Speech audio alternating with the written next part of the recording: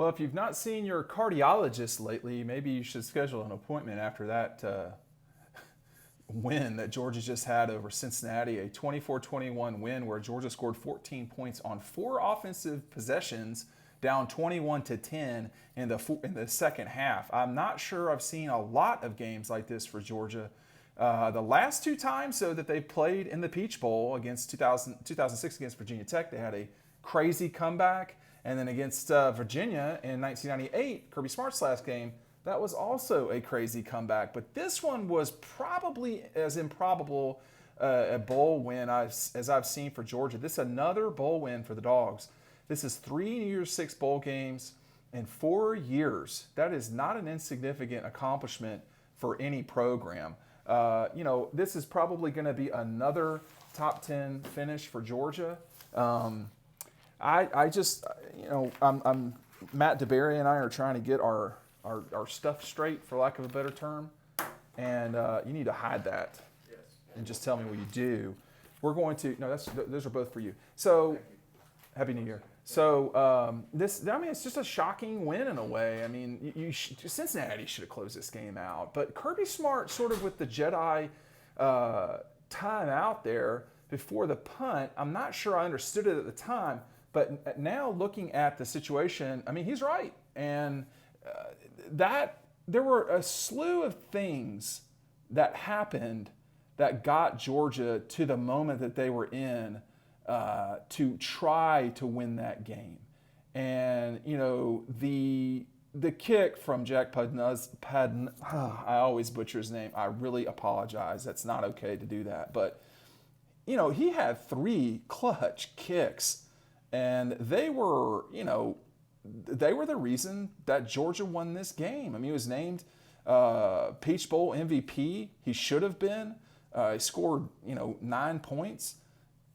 And they were clutch kicks. I mean, all of them were. I mean, it was it's 2 30-yard somethings. But when you kick a 50-yarder, 53-yarder to win the game, I mean, that's not nothing, man. I memean, that was a legitimately big kick.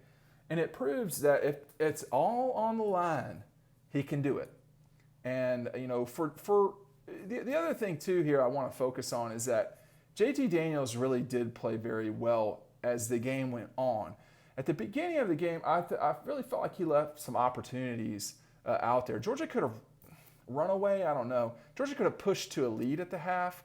But Cincinnati's good. I mean, we talked about that. We thought Cincinnati was a good team. And I think they are. I think they deserve probably to be in the top 10. You can't put Coastal Carolina in front of these guys. You can't put the Gators with 4 losses in front of these guys. It just, certain things are right. And, Georgia will probably finish. Oklahoma will be 5. I don't know what will happen with Indiana, but Georgia will finish either 6th or 7th, possibly 8th. I'm not sure who else would be in front of them.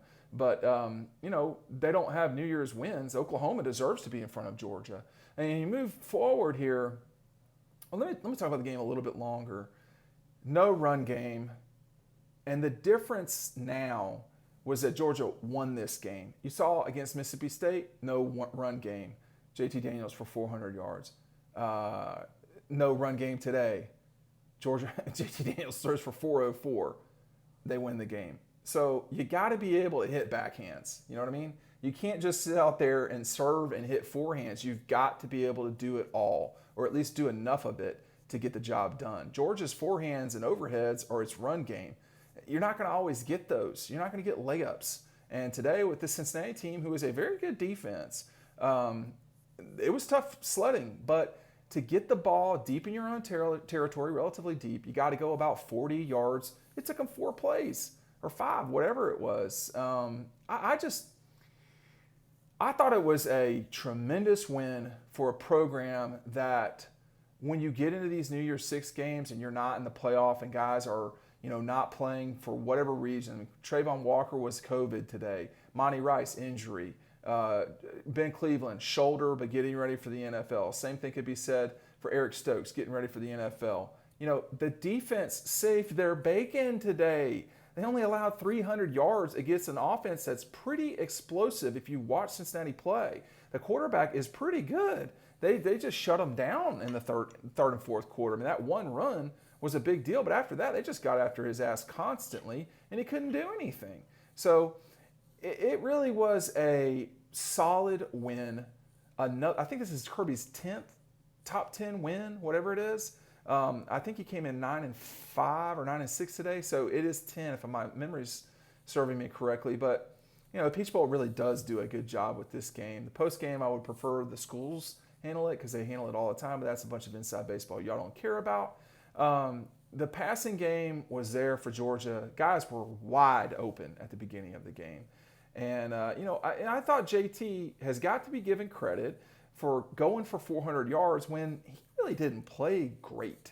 I mean, he had some good throws, but this was not his best performance at all. And this team, this was not their best performance. You can't have Jake Camarda shanking kicks. I mean, good punters do that sometimes, and he's a good punter.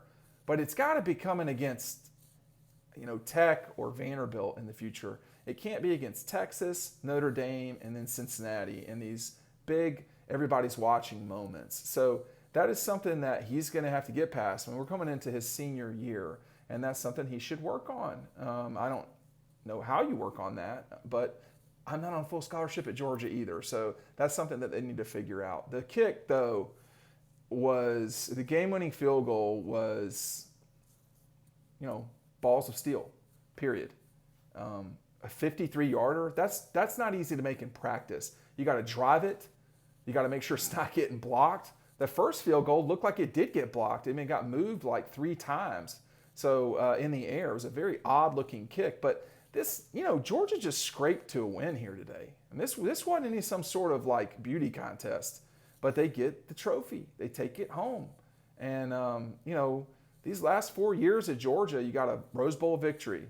You've got a Sugar Bowl victory. You've got a Peach Bowl victory. Oklahoma and Georgia are kind of looking around at each other saying, when are we going to make the next step here and win the national championship? And, I don't know if Georgia will be positioned for that in 2021, but they'll get a big wake-up call right off the bat with Clemson.